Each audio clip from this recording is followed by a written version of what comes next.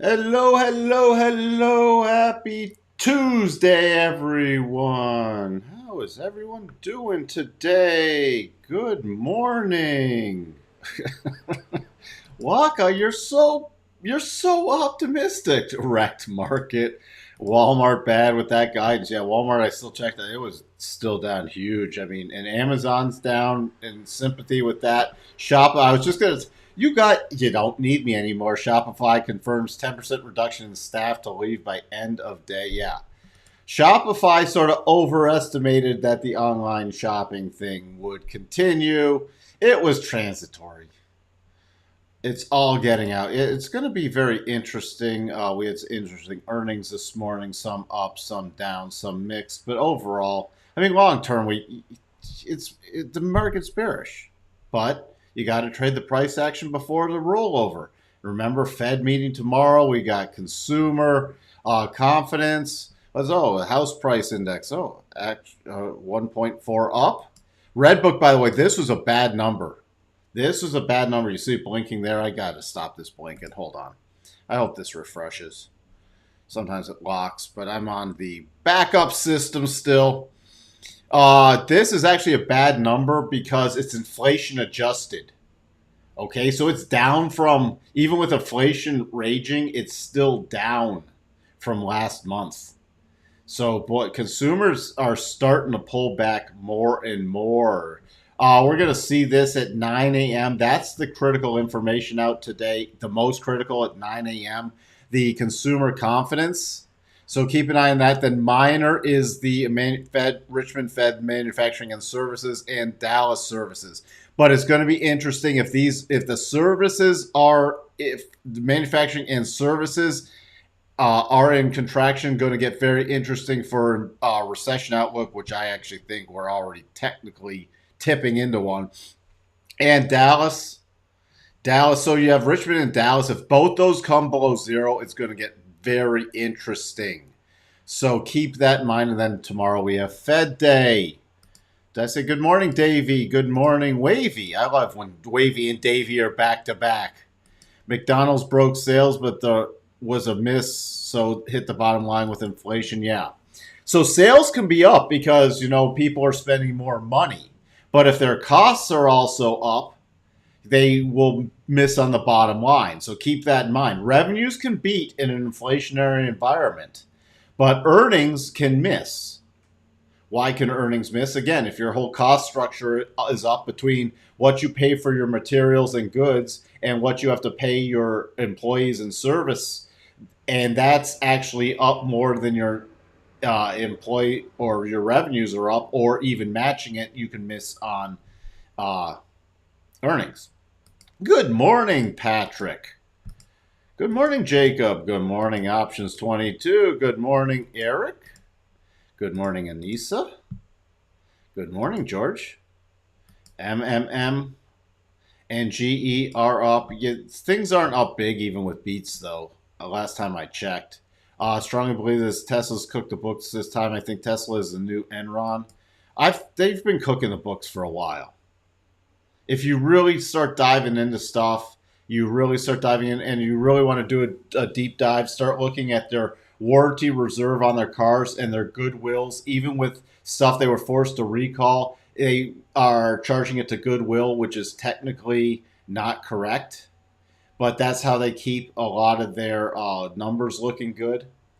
So just if you really want to do a deep dive into that, I'm not going to get into it here because I'll get attacked repeatedly. But that's some path to go down. Wall Street Journal, consumers pull back now favoring cheaper beer. And there's the ultimate recession coming up. When you have to go to cheap beer, boy, what are all these craft brewers going to do? What are all the craft brewers going to do if you have to go to cheap beer? Put in the comments, what's the cheapest beer you'd be willing to drink? Russia to pull out the International Space Station, might build natty gas pipeline to the moon.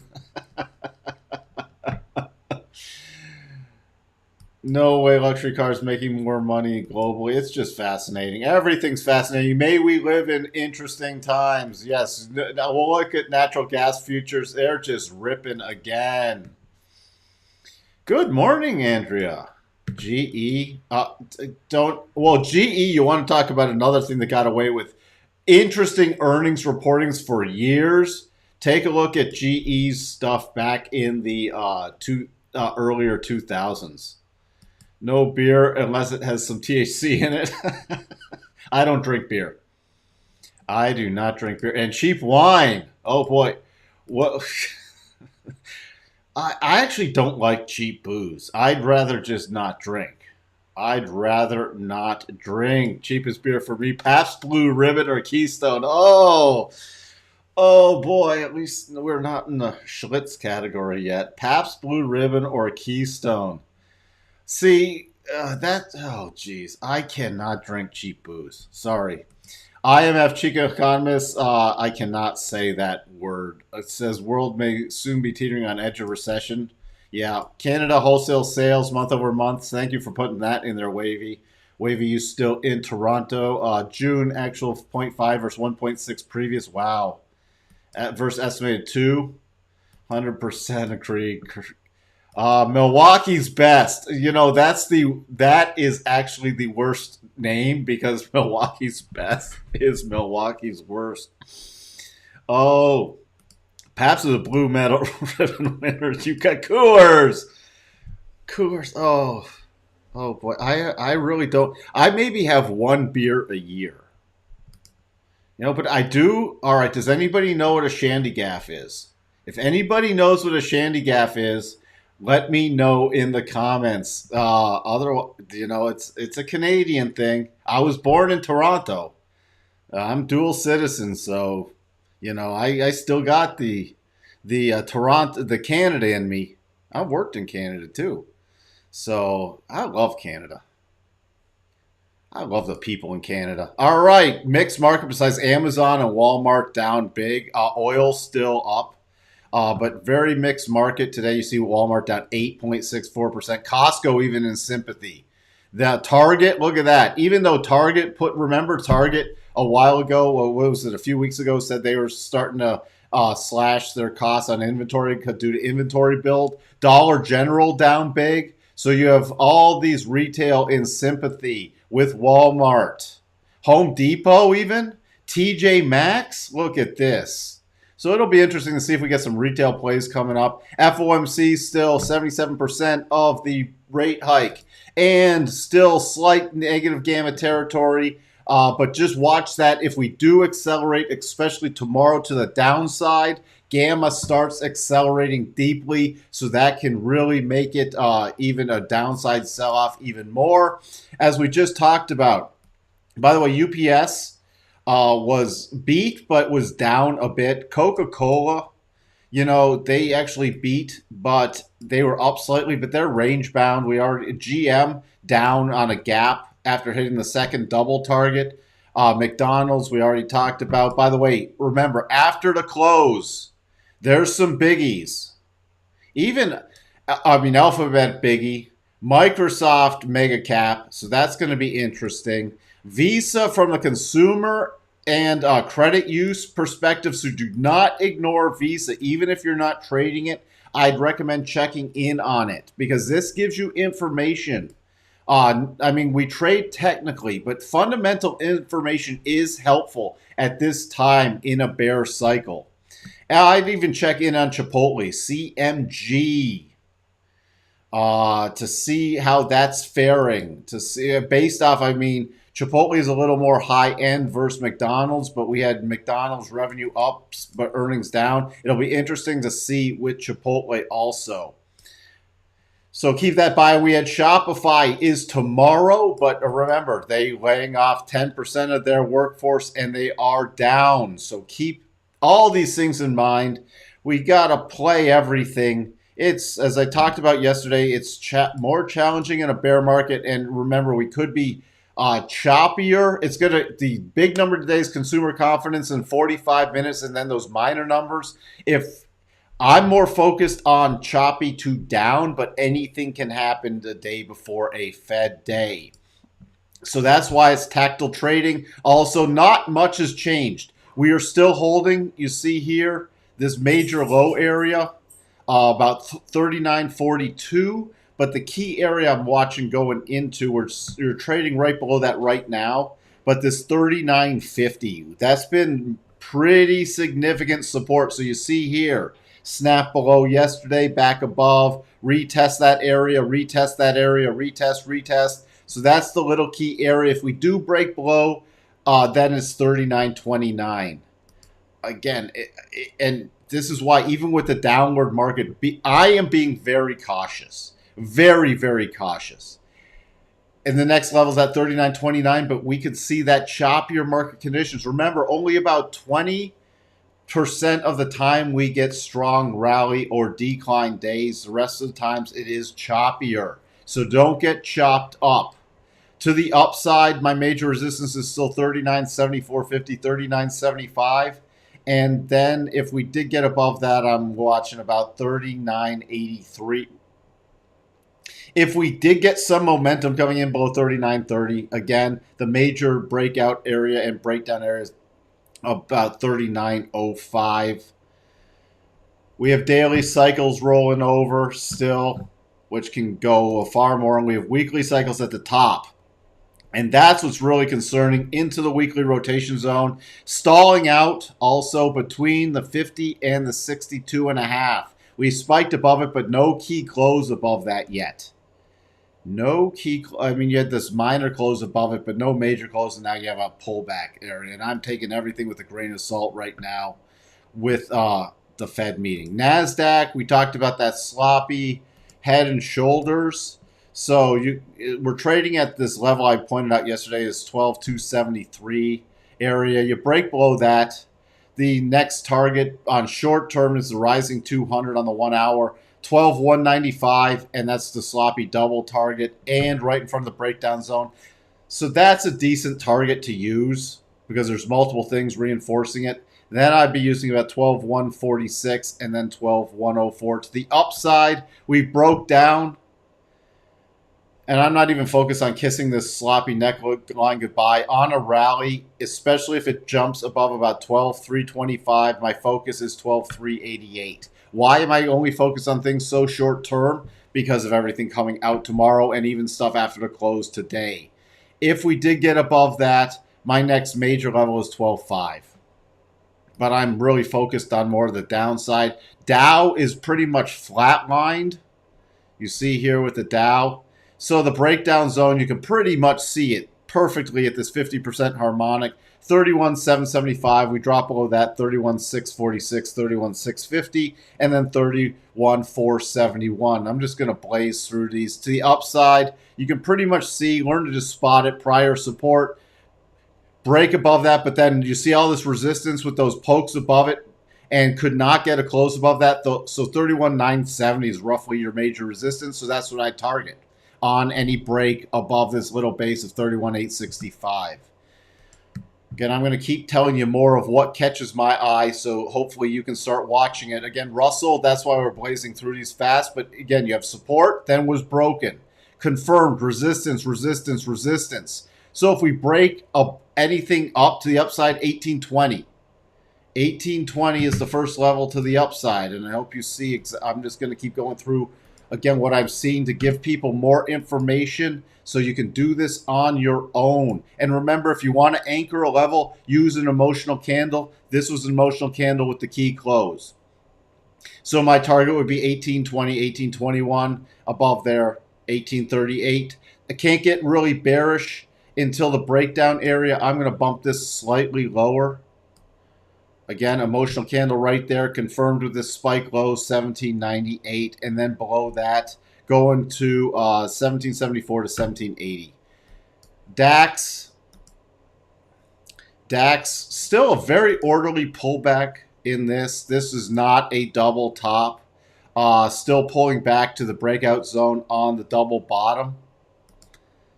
So keeping an eye, and you can see it's sort of here on the 1 hour with the flag pattern, but we start breaking below 12.9. Then I'm watching for a more substantial pullback to 12.758. I needed to get above 13.160 before I replay for the highs of about 13.320 to 13.340. Crude, just sitting in this consolidation. We finally got daily cycles turning up, but we have significant overhead resistance about 180 to 101 until we get above this peak. Again, not a double bottom because of this extra hitch in there, but until we get above there, cannot play something to the bullish side just yet. It would just be very short-term stuff. And the key support 94.25. So I am not touching anything with crude right now. Besides, keying an eye on this 98 level to see if we break down below that, then it'd be a short-term test back to about 96.60. Natty gas, which was mentioned, and I'll get back to the comments. Spiking. We hit that 87.5 after the close above the 62, and we just completed this whole little round trip pattern. So round tripping after everybody got so bearish, and then the ramp back up. If Christoph if you're here, please give me an update on natural gas stuff with what's going on in Germany. By the way, here's where I use, even if you don't trade this is a great example. So I'm just going to put this on here.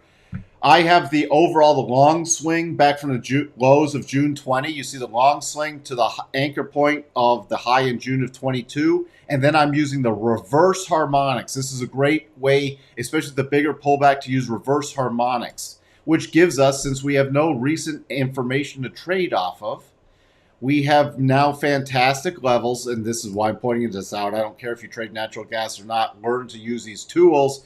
10, 20, and then we have the cluster between the long and the short at 1065 to about 1072. So that's the next target. I'm watching now. This is overbought. Watching for a pullback, though, to see how this pullback stands. My pullback levels are about 888 to about 865. Gold, still watching to see here. Pretty orderly pullback. Going to keep an eye going into the Fed at this 1725 to 1717. Silver, by the way, why I'm poking it in at this, is now a triple bottom. So on a break above this high at 1915 is not a trigger for the double bottom. We would have to use other targets. All right, and it's still against the rotation zone. Copper actually holding up a bit better, but getting that first reaction on the other side of the rotation zone. Watching to see on the pullback move on copper. I'll get to comments in a second. Head and shoulders still potential, looking like we're going to break the neckline. I'm really looking for this flat area about 1222, but a nice little one-day pullback pause bar, and now the retest of this very significant high level. We start getting the break above that. We have the head and shoulders, inverse head and shoulders triggered. Only thing is that cycles at the daily top, so we might test this again and the other side of the rotation and get another minor pullback before a move up again. Keep that in mind. Dollar index letting. This has been the sideways move so far right here, with now the weekly rotation zone catching up. So now I'm actually favoring, because it's paused, with this I'm favoring the breakout play above a 107.16. But still the breakdown zone is 106. 107.16 watching there, and then the targets are 107.57 to 107.95. A close above 107.95 is a retest of the highs. VIX, slight gap up today, so I'm really watching this on the open. We can't get overly bearish until we start breaking above 24.57. Let me jump back to the euro. Euro looking to break down, already hit this 50% harmonic. Watch for a retest of that, and then the next support level is back to 10080 roughly. We get a close below that. I'm targeting the retest of the lows in the euro. Yen, still not much going over. Watching for a bigger topping pattern in there. Bitcoin. Coinbase down, by the way. We look to get some SEC probes. So it's going to be interesting. The key line in the sand, you see this 75% harmonic, is roughly where the 62.5 is. So that's the level I'm watching for on a closing basis. But this is the key support with cycles on the bottom on the daily, but topping on the weekly. So if really stuff starts unraveling again, focusing on the next push down. Now let's see where we sit. Get back to comments. All right. People still Miller Lite is the cheapest. Oh boy, Canada beer better than U.S. I would agree with that. I'm dual as well, born in Toronto and living in Illinois. Hey, I was born in Toronto and living in Illinois also. There we go, Andrea. I'm hoping to get out of Illinois. Nothing. Well, I love Chicago, but it's gone to absolute crap. Natural Light. Thank you, Kalani. Beer, wine, liquor prices haven't changed much, but spiked seltzer has long been price gouging. I do not drink spiked seltzer, so I do not pay any attention to it. Shop is sinking. Morning, Rams of Fall. Good morning, Amit. Some think the Fed will take a wait and see approach to rate hikes after tomorrow. Seems a little premature. Is the market? I don't think the market's taking the Fed seriously, and I think they're still gauged on they want the juice back in the market. I don't think the Fed can even announce that they're even close to pausing yet. Remember, stuff like inflation, in the inflation numbers, which you got to take even 9.1 as a grain of salt due to the multiple rejigging of the inflation numbers. But remember, housing and rents are up huge, and they're about 4 to 6 months lagging. So they have yet to appear, and you have service inflation getting entrenched. So I do not think if they have any credibility that they can get anywhere near a pause, but we will see what happens. I would be careful of false breakdowns as well, since there's too much dangling in the air. That is correct. That's why, again, I got to focus on the minor bearish side. But you can get chopped to death in these markets, so be careful. If you're going to err on the side of sitting out until tomorrow afternoon. Well, Waka Waka, we're really going to listen to what the White House say. Just in the wire, Amazon to raise Prime in the EU. Oh boy, that's going to raising prices into a recession is going to get interesting. Thank you, Andrea. Glad you're joining us every day.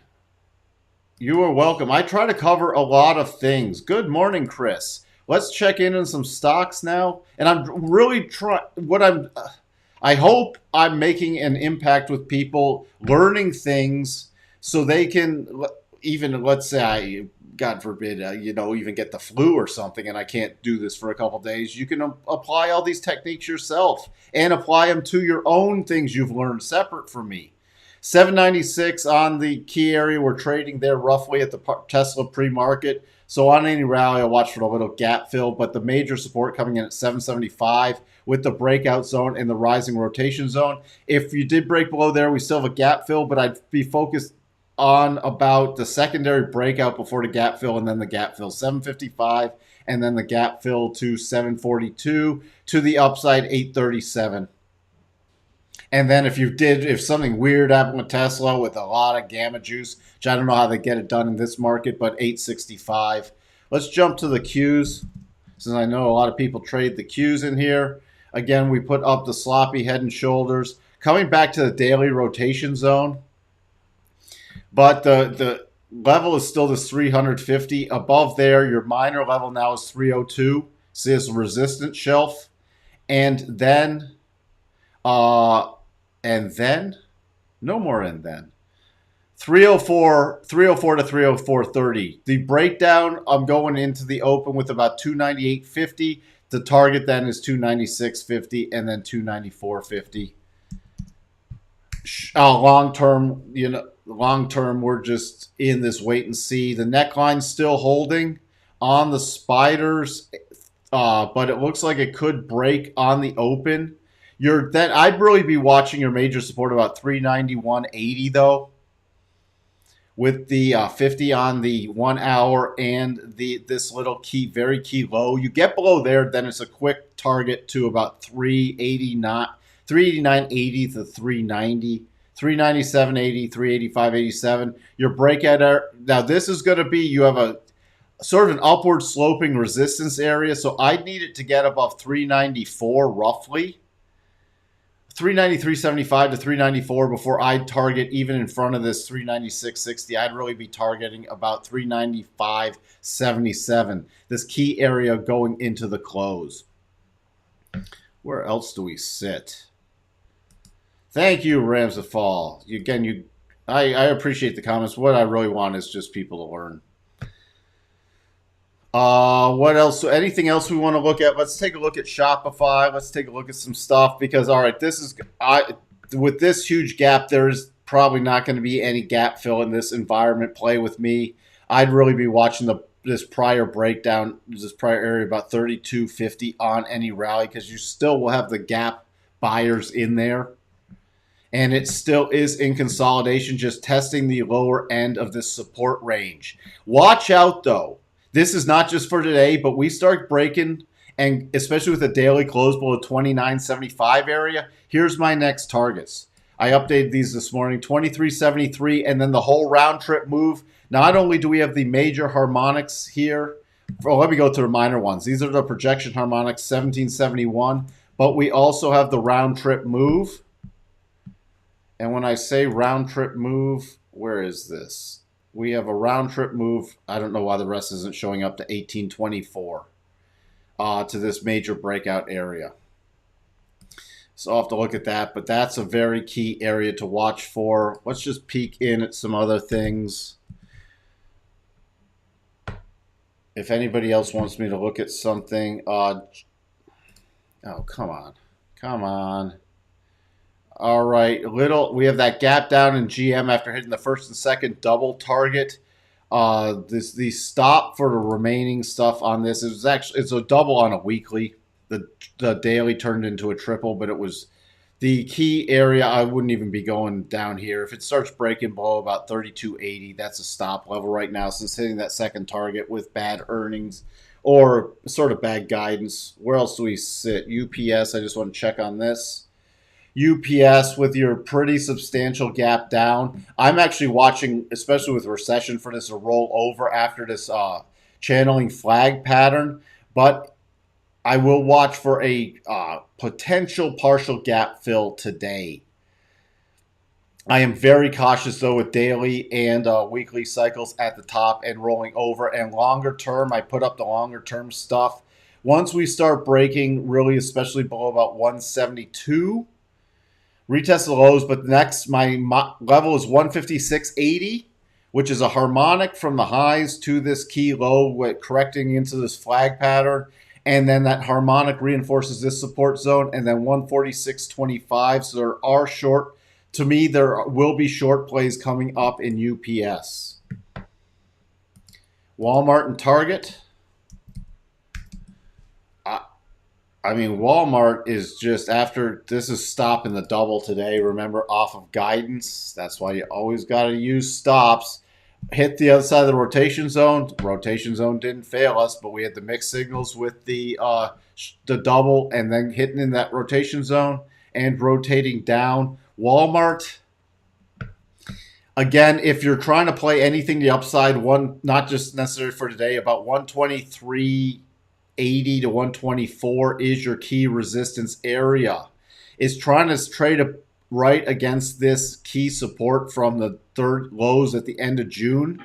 Remember, quarter end. But we start breaking down there. Your next level is 118.25. And long term, still long term on Walmart. Remember, we have closed above the 62.5. So I am still favoring longer term a return to at least 109.37. Target. Remember that double never pulled it off. Oops. Never materialized. We found that little mini base here. But Target gapping down in sympathy. Target right now trading against key support. I will watch for a little, since it's a sympathy play, I will watch for a slight rally in Target. But then also Target, longer term, I'm watching for the next rollover play because we're against the weekly rotation zone. All right, I got to update these, by the way. Sorry, I did not do that ahead of time. And I got to go to the full swing at this point. Why am I going negative on Target still? We're closed below the 62.5 on the longer term basis. I'm still favoring. We've been against the weekly 200. We popped below it, then back above, but we're breaking back below it. But I'm still favoring the 112.82 longer term, so watching for a longer term play there. BA, and then we will, oh, it's market. See, I went into the market open again. Sorry about that, guys. BA, thank you for still being here. I'll peek back at the market open. BA, still, we got that double triggered. Not much has changed. Just the pause here, but your next target to the upside is 167.23, but we've already hit the stop raise zone. So if you're a conservative stop, which I go with a more aggressive stop at this point, conservative stop is all the way down at 132. Aggressive stop, I'd be roughly using something below 147.40. Let's peek in at this. NASDAQ starting to, yes, thank you. Let's see the NASDAQ. Then I got, all right, we got NASDAQ, a little momentum bar. So on any bounce, now remember we can be choppy, but on any bounce now your 12,271 is major significant resistance. So keep an eye on any bounce play back to there, and your next target is 12,193. What applied? NASDAQ minis didn't actually apply to the QQQ, so double top. What applied to NASDAQ minis didn't actually apply to... Remember, the minis trade 24 hours. So you're going to get slightly different analysis on them. And I have to actually jump for the open. Let me just take a look at the Qs. So the Qs, again, we had that sloppy head and shoulder, and the NASDAQ, again, we had the sloppy head and shoulder, but there are no doubles on that time frame. There's this little mini double that went to completion. With that, all right, I got to jump. Thank you, everybody, for being here. You're welcome, Eric. Again, ask more questions if you can join me after, and I can answer them. Do I have the video explain your use of fibs and harmonics? I would love to hear. Andrew, if you can tune in after the close today on that live stream, ask me that question again when we have a little more time, and I'll go into it. You are welcome, Anissa. Again, thank you, everybody, for being here. Bye.